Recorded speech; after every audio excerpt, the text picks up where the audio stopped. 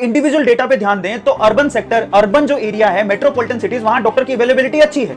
वहां पर 1200 से 1300 की पॉपुलेशन पे एक डॉक्टर मिल जाएगा। लेकिन गांव में सिचुएशन इतनी खराब है कि वहां पर 4000 5000 की पॉपुलेशन पे एक डॉक्टर है। और उस रिपोर्ट में यह भी मेंशन था कि इंडिया में 27% डेथ सिर्फ और सिर्फ इस वजह से होती है कि उनको डॉक्टर नहीं मिल पाते।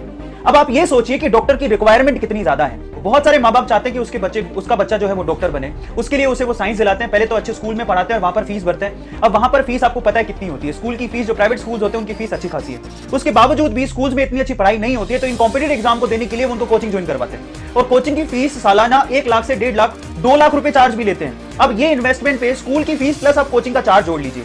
उसके बाद भी साल भर की मेहनत के बाद जब नीट में क्वालिफाई कर पाता है और स्कोर अच्छा नहीं आता, यहां पर फर्क है, कई बच्चों को पता नहीं होगा, नीट में क्वालिफाई करने से आपको गवर्नमेंट सीट नहीं मिलने वाला। वो गवर्नमेंट सीट उन्हीं को मिलती है जो टॉप 10% में आते हैं, मतलब क्रीम। वो भी 10% में ज्यादा बोल रहा हूं, 5 से 7% में जो आते हैं उन्हीं को वो सीट मिली। बाकी बच्चे प्राइवेट कॉलेज की तरफ जाते हैं और वहां पर उन्हें बहुत भारी भरकम फीस भरनी पड़ती है। नीट के स्कोर का भी कुछ ज्यादा फर्क नहीं पड़ता। एंड आई वाज शॉक्ड जब मुझे ये मालूम पड़ा कि नीट स्कोर के बावजूद भी ये कॉलेजेस कितना चार्ज करते हैं। जरा सोचिए, इनकी फीस की रेंज है 3 लाख रुपए से लेकर 20 लाख रुपए पर एनम, जहां पर आप गवर्नमेंट कॉलेज में सिर्फ 4 लाख रुपए में 5 साल कंप्लीट एमबीबीएस कर सकते हैं। 4 लाख रुपए 5 साल के कंप्लीट। मैं मैक्सिमम रेंज बता रहा हूं क्योंकि बहुत सारे गवर्नमेंट कॉलेज की फीस भी 80,000 रुपए की पर एनम के करीब है। लेकिन प्राइवेट कॉलेज की फीस तो पर एनम पे शुरू ही 3 लाख रुपए से होती है और वो 20 लाख रुपए तक जाती है। और अगर आपका नीट का स्कोर बहुत कम है और फिर भी आप एमबीबीएस करना चाहते हैं तो डोनेशन सुन के आप हैरान रह जाएंगे।